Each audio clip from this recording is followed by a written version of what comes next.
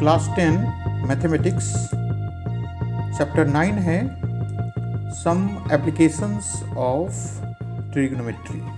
आज हम एक्सरसाइज 9.1 का क्वेश्चन नंबर 1 से लेकर क्वेश्चन नंबर 5 इस वीडियो में करेंगे। क्वेश्चन शुरू करने से पहले एक बार हम इस चैप्टर में आने वाली फार्मूला देख लेते हैं ताकि हमें क्वेश्चन सॉल्व करने में आसानी हो।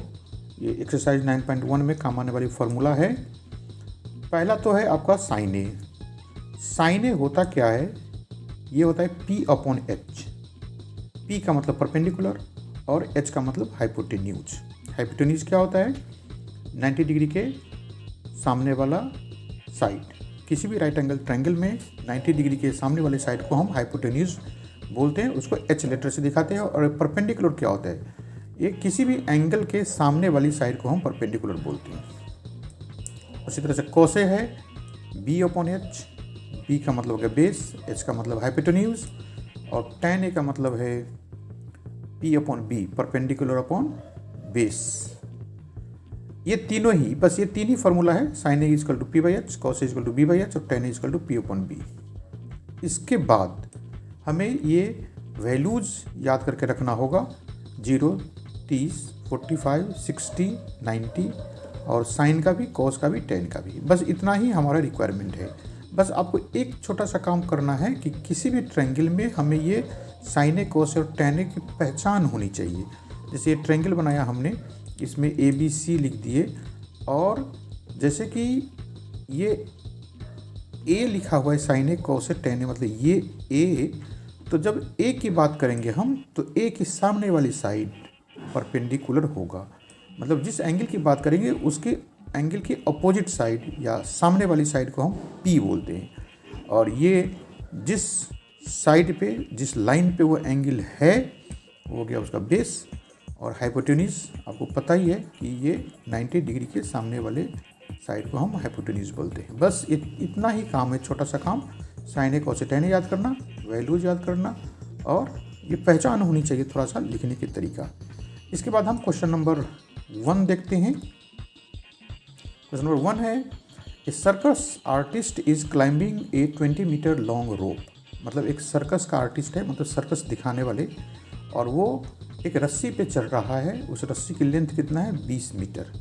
विच is tightly stretched and tied from the top of a vertical pole to the ground. मतलब वो रस्सी किसी पोल से, वर्टिकल पोल का मतलब सीधी खड़ी पोल है, उसके टॉप से ज़मीन तक बांध रखा है।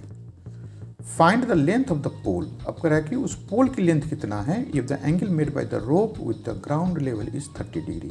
यदि वो रस्सी का मतलब जो जिस पे आर्टिस्ट वो चल रहा है वो ज़मीन से 30 डिग्री की एंगल बनाता है।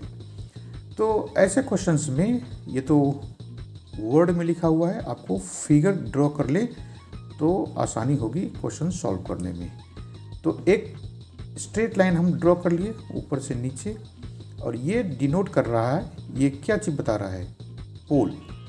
और ये जो लाइन हमने ड्रॉ किया ऐसे तिरछा, वो है रस्सी। मतलब ये रस्सी इस पोल के टॉप से बंधा हुआ है और एक सर्कस दिखाने वाले, जो सर्कस आर्टिस्ट लिखा है क्वेश्चन में, सर्कस आर्टिस्ट, वो इस रस्सी पे चढ़ रहा है। और ये रस्सी है 20 मीटर का, ये पहले लाइन में ही लिखा हुआ है 20 मीटर लॉन्ग रोप। और ये रस्सी ज़मीन के साथ 30 डिग्री की एंगल बना रहा है। ये सारी चीज़ गिवन है। तो अब हम यहाँ पे लेटर्स लिख दें, ट्रायंगल का नाम ABC। और ये इतना फिगर ड्रॉ करने के बाद हमें कुछ लाइन लिखना होगा इस क्वेश्चन को सॉल्व करने के लिए। जैसे length of the rope AC equal to 20 metre, ये पहले से ही गिवन था, बस हमने AC अपनी तरफ से लिखा इसलिए हमने लिख दिया AC। अब in figure height of the pole AB है और यही हमारा क्वेश्चन है कि कितना होगा ये पता करना है। तो अब ट्रायंगल ABC में हम साइन 30 अप्लाई करें। तो जहाँ पे भी साइन आएगा, मैंने बताया था आपको फॉर्मूला में कि जैसे साइन की बात करें तो इसके सामने वाले साइड हो जाएगा परपेंडिकुलर। तो कितना, ये AB है और 90 डिग्री के सामने है 20। तो इससे हमें AB पता चला जाएगा क्योंकि ये 20 गिवन है और साइन 30 की वैल्यू हमने याद कर रखा उस टेबल से, जो मैंने शुरू में बताया था। नहीं याद है तो एक बार फिर से देख लो। जैसे 30 डिग्री है और ये साइन है, तो साइन 30 डिग्री की वैल्यू कितना है 1/2, यही है साइन 30 1/2। तो साइन 30 की जगह पे हम 1/2 लिख दिए। और ए बी अपॉन ए सी, तो ए सी दे रखा है 20 मीटर, तो ए सी की जगह पे हमने 20 मीटर लिख दिया। अब एक बार क्रॉस मल्टीप्लाई कर दो, मतलब इसको सॉल्व करना है तो ये क्रॉस मल्टीप्लाई ही होगा। तो ये होगा 2 इंटू ए बी, ये 2 इंटू ए बी, और ये 1 इंटू 20 मीटर, मतलब 1 इंटू 20 मतलब 20 ही हो गया। अब ए बी इजकल टू कितना होगा, इस 2 को उधर ले जा करके डिवीजन में ले जाए, क्योंकि यहाँ पे मल्टीप्लिकेशन में ही है। तो ये 2 और ये 20 कटेगा, कितना बच गया 10। तो A B equal to 10 metre, और यही होगा height of the pole. Therefore height of the pole equal to 10 metre, क्योंकि हमने A B height of the pole ही मान रखा है, वो है ही वर्टिकल लाइन ही हाइट ऑफ द पोल है, तो इसका आंसर बना 10 मीटर। अब दूसरा क्वेश्चन देखते हैं। क्वेश्चन है, a tree breaks due to storm and the broken part bends so that the top of the tree touches the ground making an angle 30 degree with it. मतलब कि एक पेड़ है और ये टूट गया, स्टॉर्म को मतलब आंधी आने से टूट गया, और टूटने के बाद उसका जो टूटा हुआ पार्ट है, ये ब्रोकन पार्ट है, बेंड्स का मतलब टेढ़ा हो गया, और उसका जो टॉप था वो ज़मीन को छू गया, और ज़मीन के साथ वो एंगल बनाया कितना 30 डिग्री का। The distance between the foot of the tree to the point where the top touches the ground is 8 metre. और उस पेड़ के फुट से जहाँ पे उसका टॉप टच किया है वो है 8 मीटर का डिस्टेंस। अब करा कि find the height of the tree, मतलब पेड़ की हाइट कितनी थी वो फाइंड करो। तो ये देखो, ये एक पेड़ है और ये आंधी के कारण से टूट गया। तो हम क्या करेंगे, इस पेड़ को दिखाने के लिए एक स्ट्रेट लाइन ड्रॉ करेंगे। तो स्ट्रेट लाइन ड्रॉ कर लेते हैं एक, ये बी डी वो ट्री है, और ये यहाँ से मैं एक पॉइंट लगा रहा हूँ ए, वहाँ से वो टूट गया। अब देखो हमने लाइन में थोड़ा सा चेंज कर दिया ये दिखाने के लिए, ये टूट गया। टूटने के बाद ये ज़मीन पे गिरेगा, तो अब ये देखो धीरे धीरे धीरे धीरे ये पार्ट ज़मीन पे गिर गया।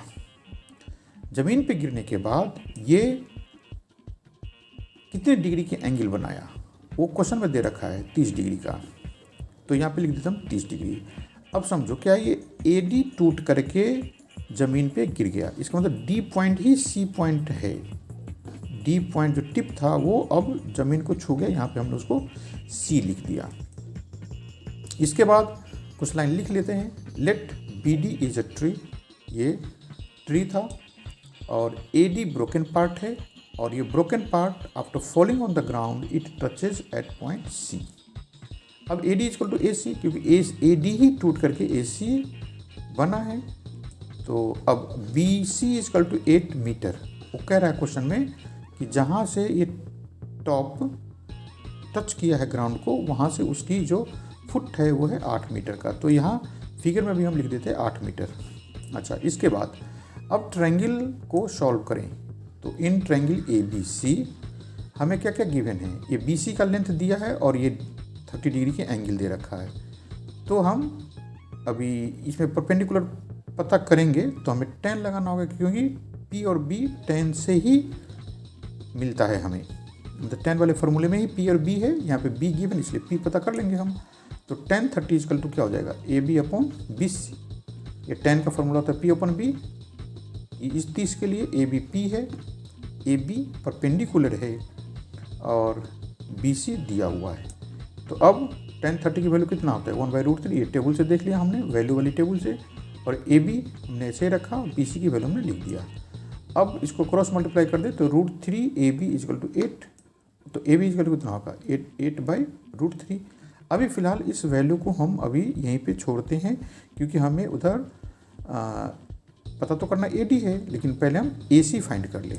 तो उसी ट्रायंगल में, मतलब in triangle A B C में ही cos 30 लगाते हैं। अब cos क्यों लगा रहे हैं, क्योंकि बेस गिवन है और ये हाइपोटेन्यूज पता करना है। तो cos 30 की वैल्यू √3/2, वो टेबल से याद कर लो, और BC 8 है और AC हमें पता करना है। तो क्रॉस मल्टीप्लाई कर दे, √3 AC इजकल टू हो जाएगा 2 × 8 मतलब 16। तो AC इजकल टू कितना हो जाएगा, ये √3 नीचे आ जाएगा इस साइड जा करके, तो 16/√3। अब हमें ए बी भी मिल गया और ए सी भी मिल गया। अब हम हाइट ऑफ द ट्री पता कर सकते हैं। हाइट ऑफ द ट्री कितना होगा, B A plus A D. ये बी ए, उसमें ए डी जोड़ दे तो हाइट हो जाएगा, लेकिन ए डी तो टूट करके क्या बन गया, ए सी। तो हम इस ए डी को हटा करके ए सी लिख सकते हैं।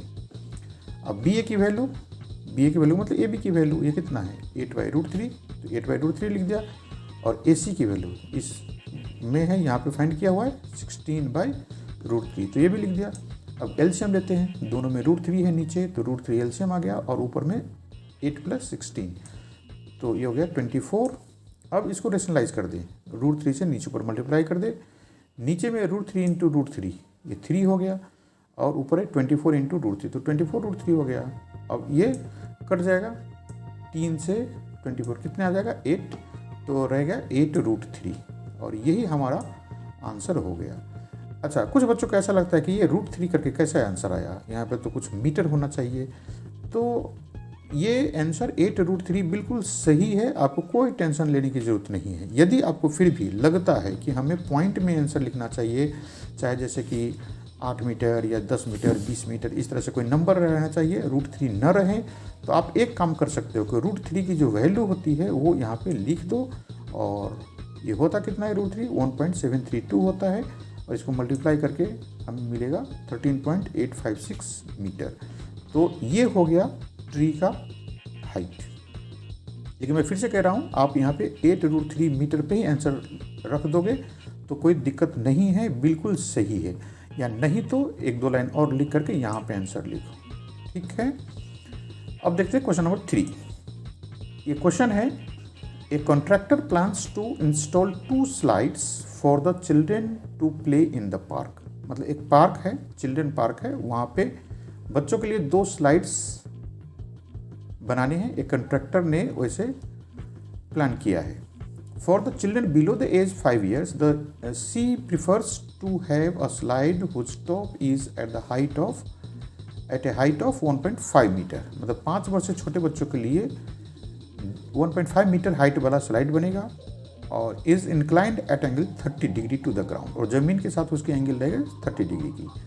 Whereas for elder children she wants to have a steep slide at a height of 3 metre.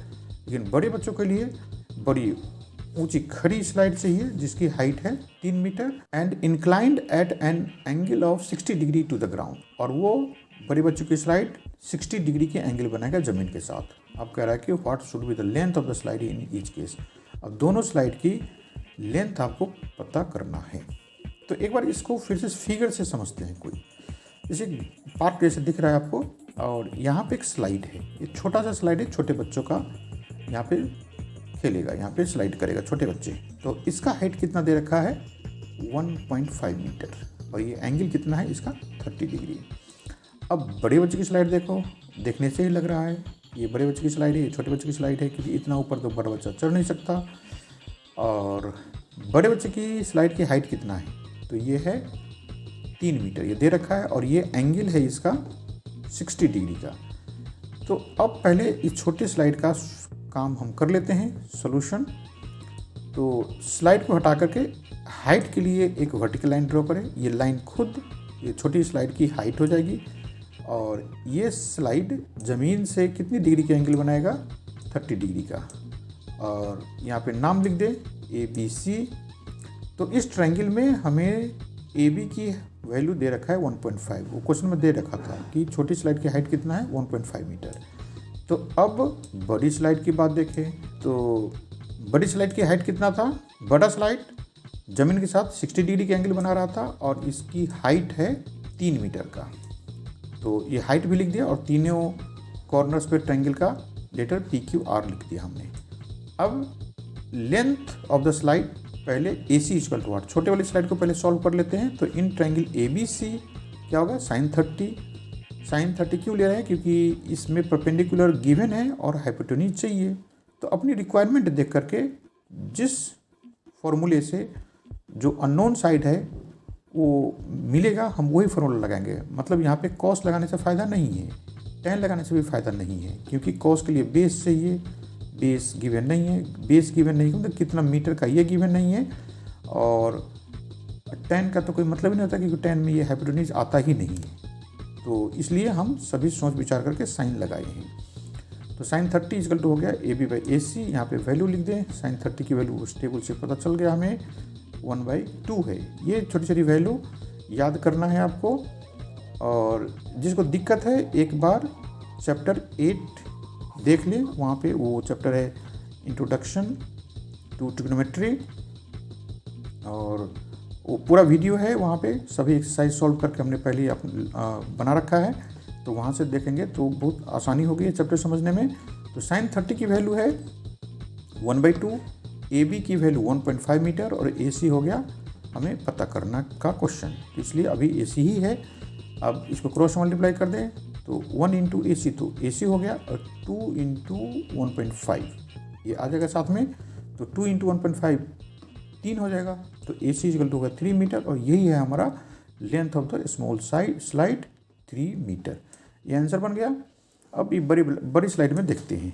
In triangle P Q R sine 60 degree, जैसे वहाँ पे साइन 30 डिग्री लगाया, यहाँ पे साइन 60 डिग्री लगाएंगे। सेम उसी तरह का क्वेश्चन है, बस हाइट और एंगल अलग अलग है। Sine 60 equal to P Q upon P R. तो साइन 60 की वैल्यू कितना होता है √3/2, और पी क्यू है 3 मीटर का, और पी आर हमें पता करना है। यहाँ क्रॉस मल्टीप्लाई कर दे तो √3PR equal to 2 into 3 metre. अब पी आर इजकल टू क्या हो जाएगा, इस √3 को उधर लेकर अपॉन में लिख देंगे, तो 2 इंटू 3 अपॉन √3। अब ये √3 से ये 3 कटेगा, क्योंकि 3 में 2 √3 को मल्टीप्लाई करते हैं तो 3 बनता है। तो आप ये समझ लो कि उसमें से एक √3 कट गया और एक रह गया, मतलब नीचे वाले √3 से इसमें रहने वाले 2 √3 है वो उसमें से एक कट गया। तो 2 इंटू √3 ये मीटर, यही हमारा आंसर आ गया। तो length of the big slide कितना हो गया 2√3 मीटर, और यही आंसर है सेकेंड पार्ट का। अब अगला क्वेश्चन देखते हैं, क्वेश्चन नंबर 4। ये है the angle of elevation of the top of a tower from a point on the ground which is 30 metre away from the foot of a tower is 30 degree. Find the height of the tower. अब एक tower देखते हैं। Tower देखा होगा आपने, mobile tower लगे रहते हैं, टीवी का टावर लगा रहता है। आजकल मोबाइल टावर तो घर घर पे लगा हुआ है, बहुत सारे घरों पे। तो ऐसे ही एक टावर है, और वो टावर दिखाने के लिए हम एक लाइन ड्रॉ करते हैं, और एक पॉइंट है जहाँ से वो कह रहा है कि टावर की जो हाइट है, टॉप है, ये है the angle of elevation of the top of a tower from a point on the ground. तो ग्राउंड पे हमने एक पॉइंट ले लिया, और यहाँ से टावर का टॉप ये है, कितने डिग्री की एंगल बना रहा है 30 डिग्री का। तो ये 30 डिग्री, ये वाला लाइन ग्राउंड हो गया, उसके साथ ये टावर का टॉप वाला लाइन 30 डिग्री की एंगल बना रहा है on the ground which is 30 metre away from the foot of the tower. मतलब टावर के फुट से ये पॉइंट 30 मीटर के डिस्टेंस पे है। तो ये सारी चीज़ें हमने फिगर में दिखाने के बाद अब ट्रायंगल का नाम दे देते हैं ABC, और AB है हाइट ऑफ द टावर, और वही हमें पता करना है, क्वेश्चन मार्क लगा दिया, और ये BC इजकल टू 30 मीटर ये गिवन है। अब ट्रायंगल ABC में देखो tan 30। अब यहाँ पे एक बड़ी अच्छी सी बात सोचना है कि हम साइन लगा के कॉस लगाए कि tan लगाए। तो ये हमें बेस गिवन है और परपेंडिकुलर पता करना है। तो ये परपेंडिकुलर और बेस कौन से फार्मूला में आता है, tan में, क्योंकि यहाँ पे हाइपोटेन्यूज नहीं तो हमें चाहिए, और नहीं हमें कोई फार्मूला चाहिए H वाला। हमें तो ऐसे फार्मूला चाहिए जो P और B से ज्वाइन हो, और वो हमारा ये क्वेश्चन सॉल्व कर दे। बस ध्यान रखना है आपको कि किस फार्मूला में साइन लगाएंगे, कॉस लगाएंगे, tan लगाएंगे। बस पूरा चैप्टर इसी पे बेस्ड है। अब tan 30 की वैल्यू रखते हैं, ये हो गया 1/√3। AB हमें पता करना है, और ये CB की वैल्यू है 30 मीटर। अब ये हो गया, क्रॉस मल्टीप्लाई करने के बाद √3 इंटू AB, और ये 1 इंटू 30 हो गया। अब AB इक्वल टू 30/√3, रेशनलाइज कर दे, नीचे में √3 है तो √3 से नीचे ऊपर मल्टीप्लाई कर दिया, तो ऊपर में रह गया 30√3, और नीचे का ये √3 इंटू √3 3 हो गया। अब इस 3 से 30 को काट देंगे तो कितना होगा, ये 10 हो गया। तो AB equal to 10√3। Therefore height of the tower equal to हो गया 10√3 मीटर, और यही हमारा आंसर है। बहुत छोटे छोटे काम हैं, बस आपको ये क्वेश्चन को एक बार फिगर में चेंज कर लो और जो उससे रिलेटेड फॉर्मूला है वो लगा दो। Question number 5, a kite is flying at a height of 60 metre above the ground. मतलब एक पतंग है और वो ज़मीन से 60 मीटर की हाइट पे वो अभी है। फ्लाइंग मतलब काइट तो फ्लाई करेगा इस आसमान में। The string attach to the kite is temporarily tied to a point on the ground. और जो पतंग की जो धागा है वो टेम्पोरली मतलब थोड़ी देर के लिए ज़मीन से हमने उसको टाई कर दिया, बांध दिया है। मतलब एक क्वेश्चन पूछने का तरीका है ये। The inclination of the string with the ground is 60 degree. और वो पतंग की धागा ज़मीन के साथ 60 डिग्री के एंगल बना रहा है। तो कहेगा find the length of the string assuming that there is no slack in the string. अब उस स्ट्रिंग की लेंथ पता करना, मतलब धागा कितनी लंबी है वो पता करना है, और ये एज्यूम करना है कि उसमें कोई स्लैक का मतलब कहीं पे कोई ढीला नहीं है, बिल्कुल बिल्कुल स्ट्रेट धागा है, कहीं सिकुड़ा हुआ नहीं है। तो इसको एक समझते हैं, एक पतंग देखते हैं हम। ये पतंग है और इससे जो जुड़ा हुआ धागा है ये ज़मीन पे इस पॉइंट पे, अब यहाँ पे पॉइंट लगा देते हैं, यहाँ पे बांध दिया थोड़ी देर के लिए, कहते हैं टेम्पोरली। वैसे पतंग को बांधेंगे तो पतंग ही गिर जाएगा, अनबैलेंस हो जाएगा, इसलिए टेम्पोरली वर्ड लिखा है, मतलब कुछ देर के लिए। और इसके बाद ये जो पतंग की हाइट है वो क्वेश्चन में दे रखा है, कितना है 60 मीटर। ये 60 मीटर हाइट का, और ये पतंग की जो रस्सी है वो ज़मीन के साथ कितने डिग्री का एंगल बना रहा है 60 डिग्री का। ये सारी चीज़ दे रखा है, हमने पूरा ट्रायंगल तैयार कर लिया। अब हम इसको नाम लिखेंगे। तो ये ABC नाम लिख दिया, और हम लिखेंगे लेट AB जो कि हाइट ऑफ द काइट है वो 60 मीटर गिवन है।